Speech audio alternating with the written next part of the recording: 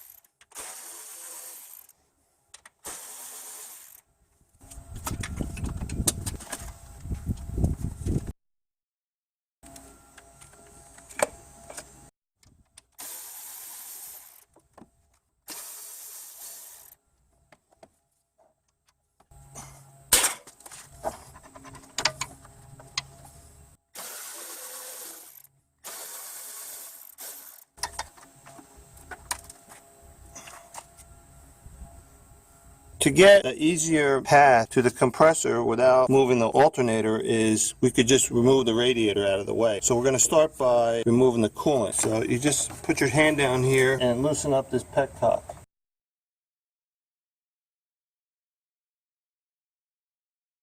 So to make it go faster, you remove the radiator cap. So it's almost drained out now. Okay, so while that's draining, I'm taking off the top hose,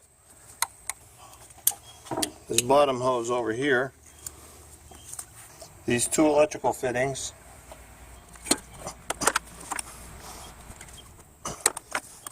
and we just have to detach the two ATF lines.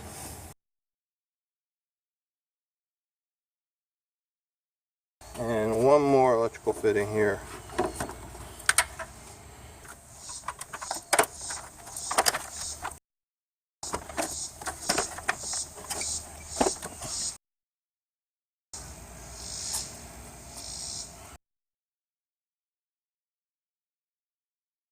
Okay, we're going to use some aerosol brake cleaner and compress air and clean as much of this up before we remove it. I'm going to try this engine degreaser, see how well that works.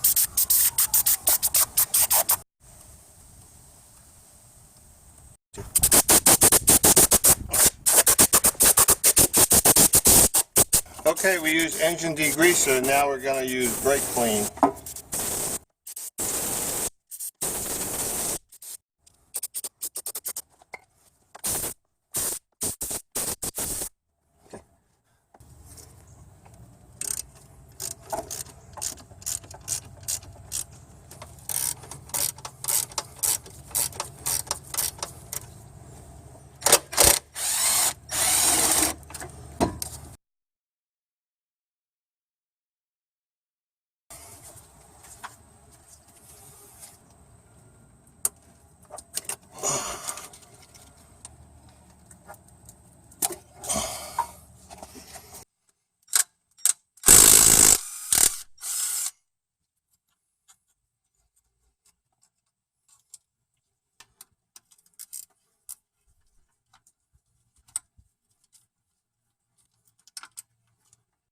This alternator is directly in the path of this bolt here, so I got to tighten this up and lock the alternator in place. Okay, now we have a path.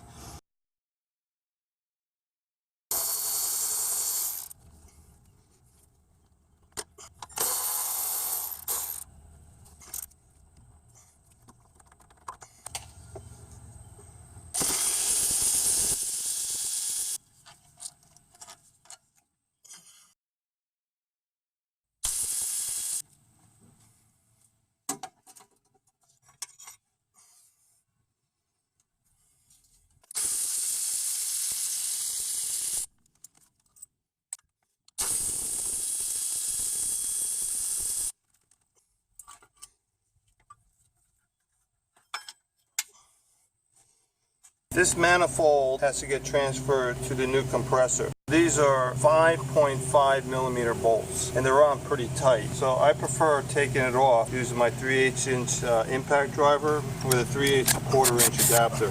And you got to be real gentle taking this off because you don't want to strip it.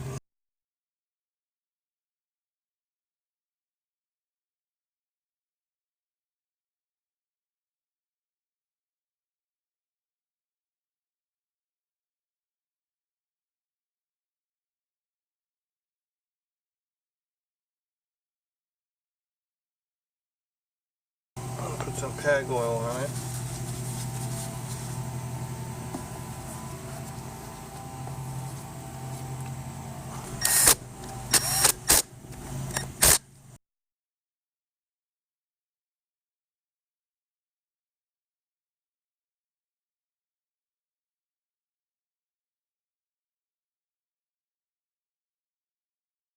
So we just temporarily put this bolt in there. We're not going to tighten it up, just to keep the threads on the engine block in alignment with the bolt threads.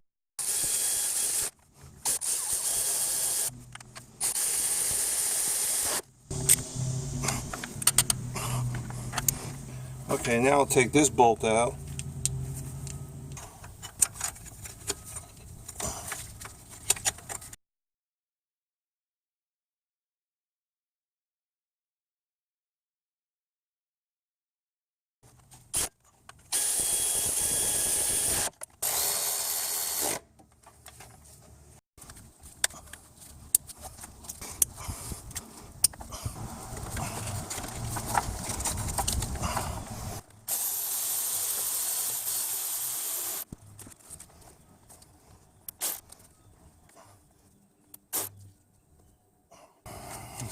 But if you're putting an existing belt on, the belt shouldn't turn more than 45 degrees.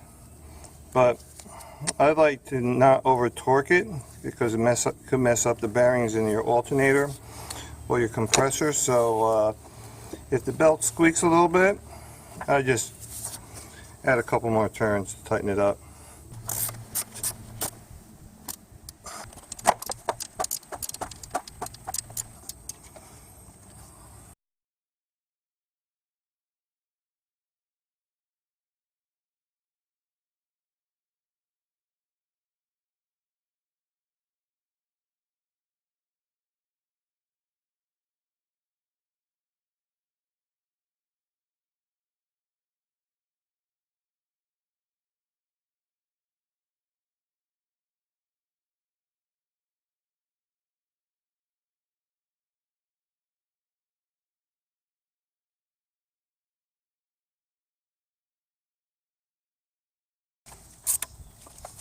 There we go.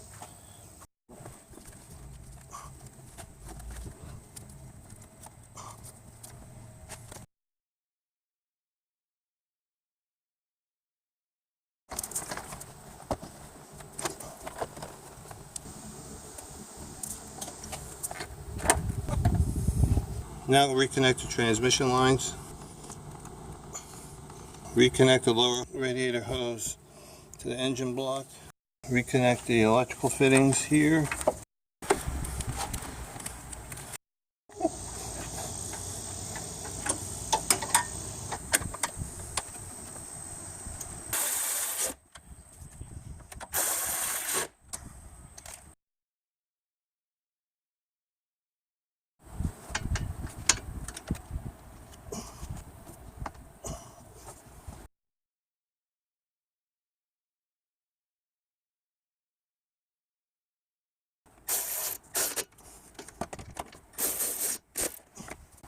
See this? This has to be in front.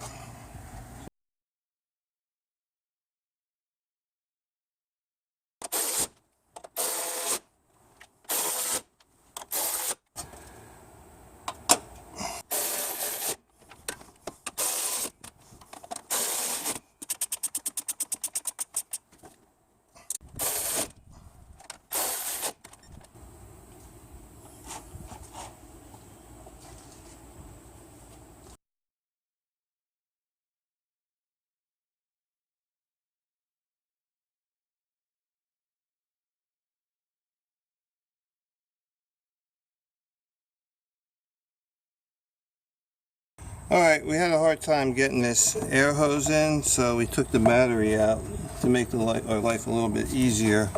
There's this rectangular opening in the air box that we're trying to fit in. Okay, we got that in. There.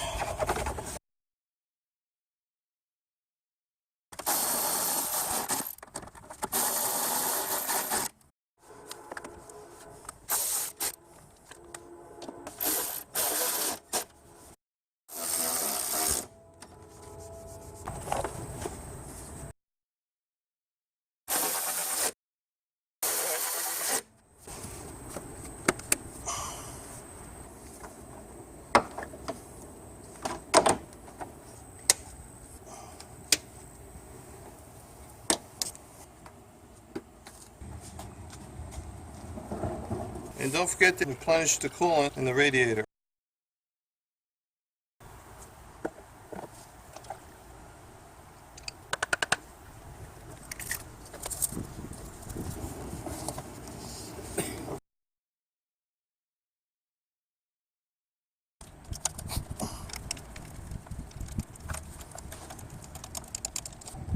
Now when a schrader valve wears out, it's usually right here at the tip, that little teeny O-ring. Now we'll hit the low side.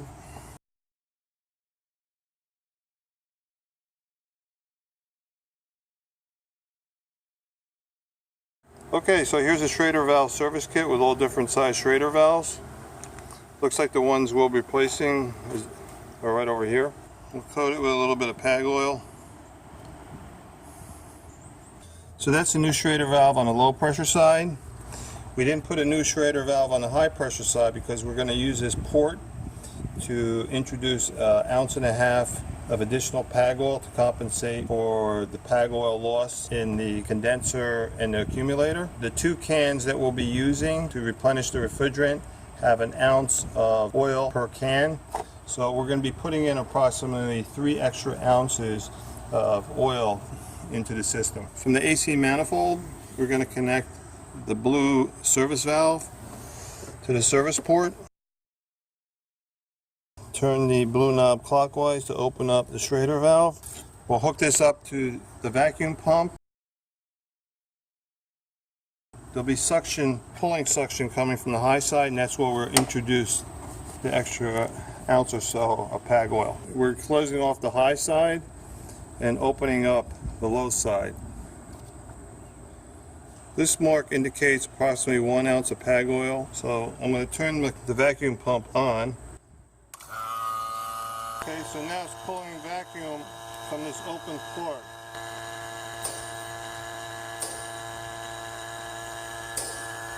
So we put this rubber tube in here.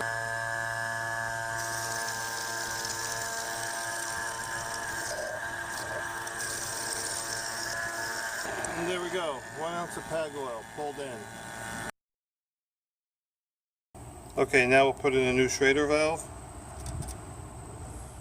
We'll attach the high pressure side service valve.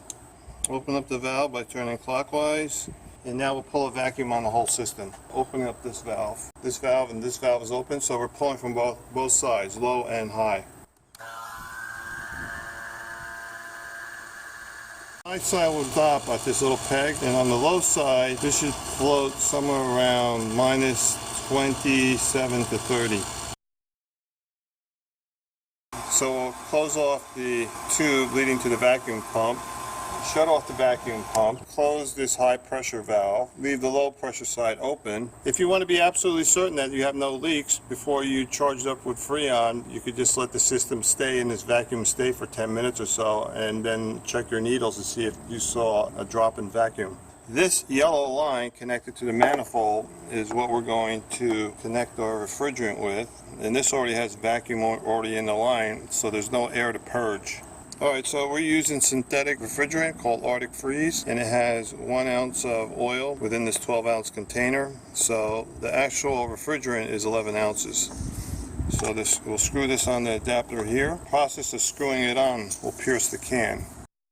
The can's been pierced. When I open up this valve, it'll start introducing the refrigerant into the system, and with the vacuum it'll start pulling in the refrigerant.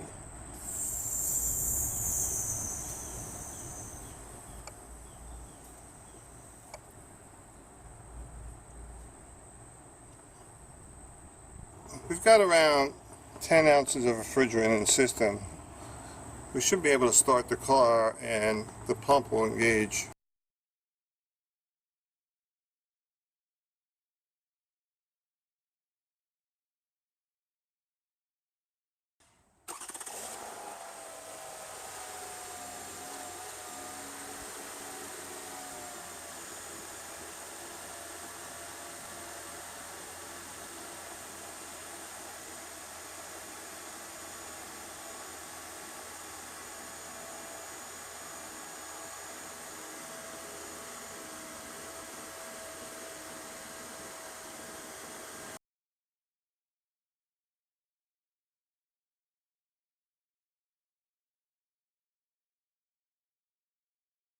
So I'm closing off this valve.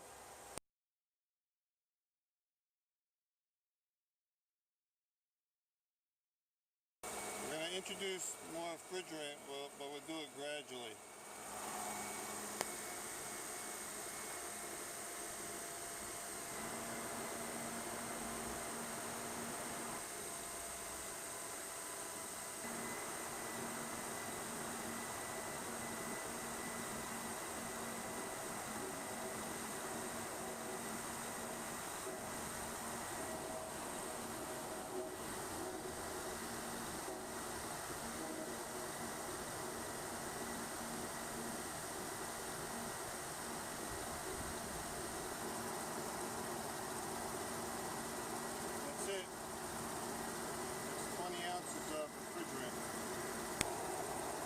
Empty.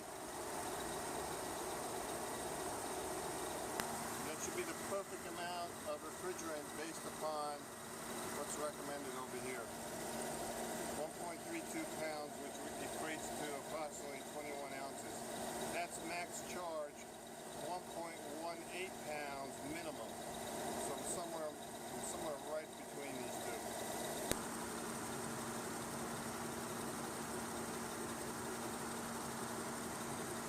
Okay, so the system's been fully charged. We'll turn the valve counterclockwise to shut off the high side schrader valve. And we'll turn it counterclockwise on the low side. And that's it, we're done.